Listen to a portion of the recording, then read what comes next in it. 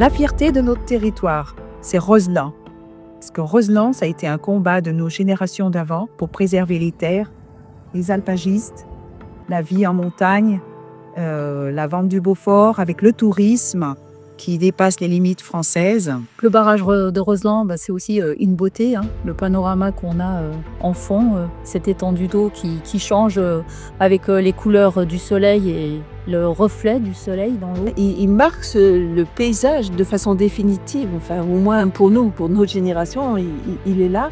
Cet équipement, ce qui est exceptionnel, c'est d'avoir 3 retenues et aucune centrale à l'aval de la retenue béton.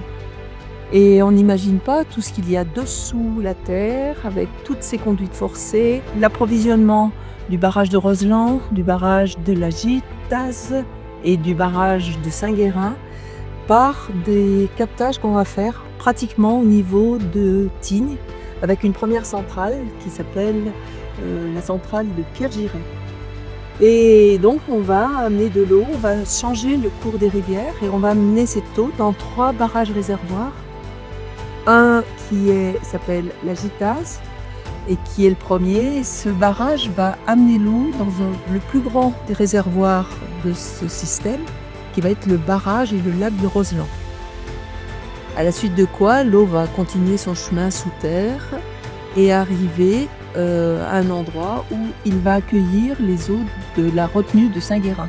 Donc le système Roseland, les accumulations d'eau seront sur ces 3 lacs avec 3 barrages. Mais il n'y a aucune centrale hydroélectrique au pied de ces 3 barrages.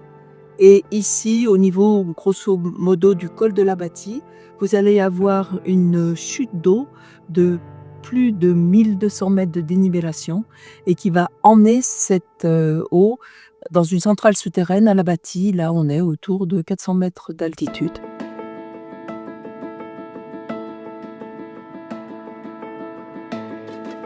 Et donc ça, c'est une vanne de pieds de barrage qu'ils ont été obligés de changer parce que ce qu'il faut, c'est pouvoir bloquer l'eau ou au contraire ouvrir pour que ça masse. Nous, on a beaucoup évoqué les gens qui ont été peinés de voir cette belle vallée de Roseland noyée. Il faut voir aussi tous ceux qui ont travaillé et qui ont laissé leur vie pour certains. Et on n'arrive jamais à estimer le nombre de morts qu'il y a eu. Parce que c'était les entreprises qui avaient les dossiers, donc on n'a jamais su véritablement. Le tourisme va arriver dans les montagnes en général et dans Beaufortin à la fin du 19e siècle. Et là, on va découvrir cet endroit, alors sans lac et sans barrage, mais qui va déjà être exceptionnel. Donc il y aura des gens installés qui, à partir du moment où les véhicules à moteur ont pu monter, eh bien, ils servaient des goûters au vieux village qui est sous l'eau. Ici, on est légèrement au-dessus de l'ancien village, on voit encore des bases de murs sous l'eau. Ce sont des endroits qui ont été habités depuis la période médiévale de façon évidente, voire avant. Là, quelque chose a été extraordinaire pour la chapelle. Ce sont les ouvriers qui travaillaient au barrage qui ont dit qu'on ne pouvait pas laisser sous l'eau quand même autant de souvenirs et cet édifice et qu'il fallait garder un lieu de culte.